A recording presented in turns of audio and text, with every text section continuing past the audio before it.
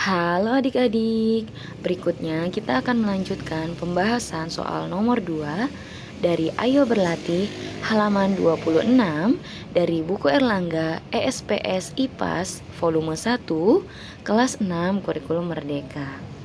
Oke, langsung saja nomor 2. Perhatikan gambar berikut. Nah, di sini ada gambar A, gambar B, dan gambar C. Oke, kita langsung ke pertanyaan yang A ya adik-adik.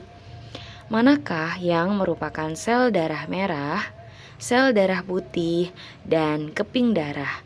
Tulislah fungsinya masing-masing. Nah, di sini kita bisa lihat ya adik-adik ya. Seperti yang ada di buku cetak ya, di buku Erlangganya. Kalau yang A itu adalah sel darah merah, yang B itu sel darah putih, dan yang C itu kan keping darah ya.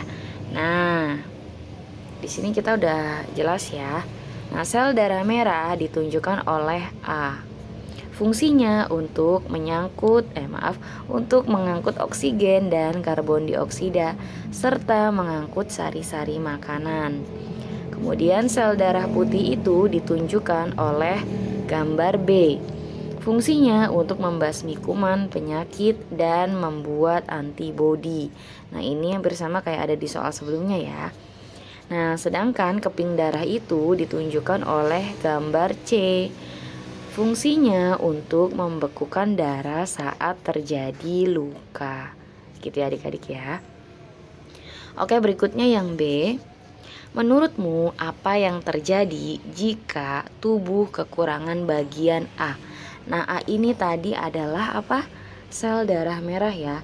Nah, kalau tubuh kita kekurangan sel darah merah, maka dapat menyebabkan anemia. Ya, di sini saja ya. Nomor yang B-nya.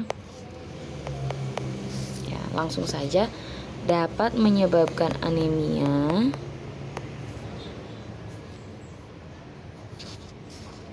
Yang B ya. Maaf, ini soal nomor B ya, betul ya.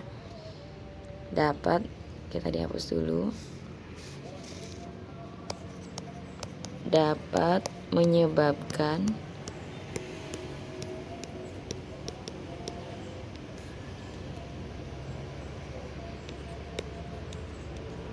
anemia, pucat juga ya,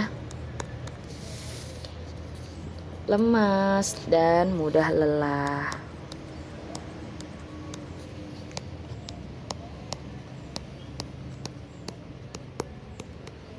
Karena sesuai fungsinya tadi ya, fungsinya itu kan bisa ini ya.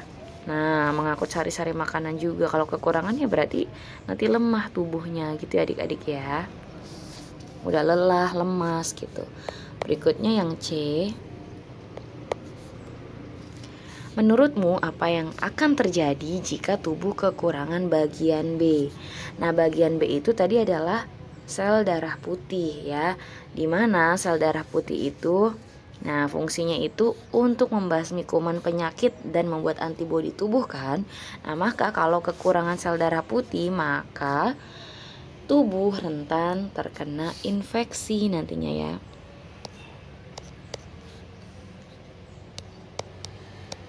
Tubuh rentan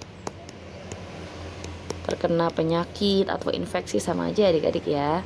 Terkena infeksi. Bisa dari kuman ya kan. Dan lain-lain. Gitu ya adik-adik ya. Oke, berikutnya yang D. Menurutmu apa yang akan terjadi jika tubuh kekurangan bagian C? Nah, tadi bagian C itu adalah keping darah, di mana fungsinya itu untuk membekukan darah saat terjadi luka.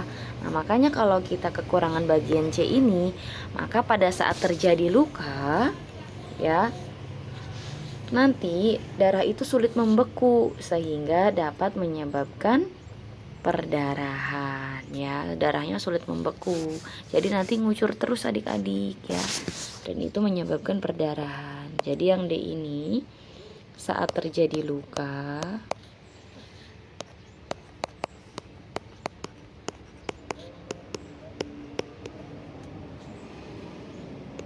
maka darah sulit membeku.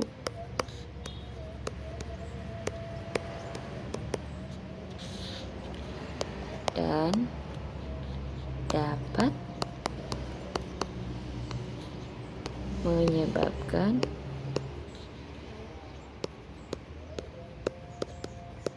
perdarahan, bukan pendarahan ya, tapi perdarahan adik-adik. Gitu, mungkin selama ini kita taunya pendarahan tapi perdarahan ya, gitu adik-adik ya. Oke, berikutnya yang nomor 3. Buatlah skema peredaran darah besar dan peredaran darah kecil pada kolom berikut. Yang A dulu, peredaran darah besar. Nah, ini sebenarnya sudah ada ya di buku ya adik-adik ya. Ada di halaman 23 ya. Nah, ini peredaran darah besar itu dimulai dari jantung, tepatnya bilik kiri, kemudian menuju aorta. Aorta itu pembuluh nadi besar ya. Arteri, kapiler seluruh tubuh, vena atas dan bawah, kemudian jantung.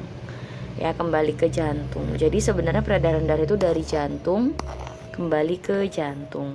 Kalau mau singkatnya, kalau darah besar itu dari jantung seluruh tubuh kembali ke jantung. Gitu. Tapi ini adalah urutan lebih lengkapnya ya adik-adik ya. Nah, kemudian kalau peredaran darah kecil itu kalau kita secara umum itu dari jantung, paru-paru ke jantung. Nah, awalnya dari mana? Dari bilik kanan adik-adik ya.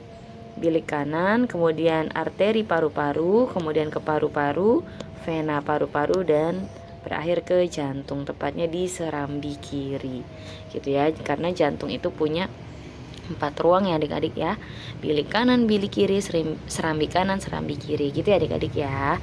Oke adik-adik, mungkin pembahasan kali ini cukup sekian dulu. Semoga bisa dipahami ya.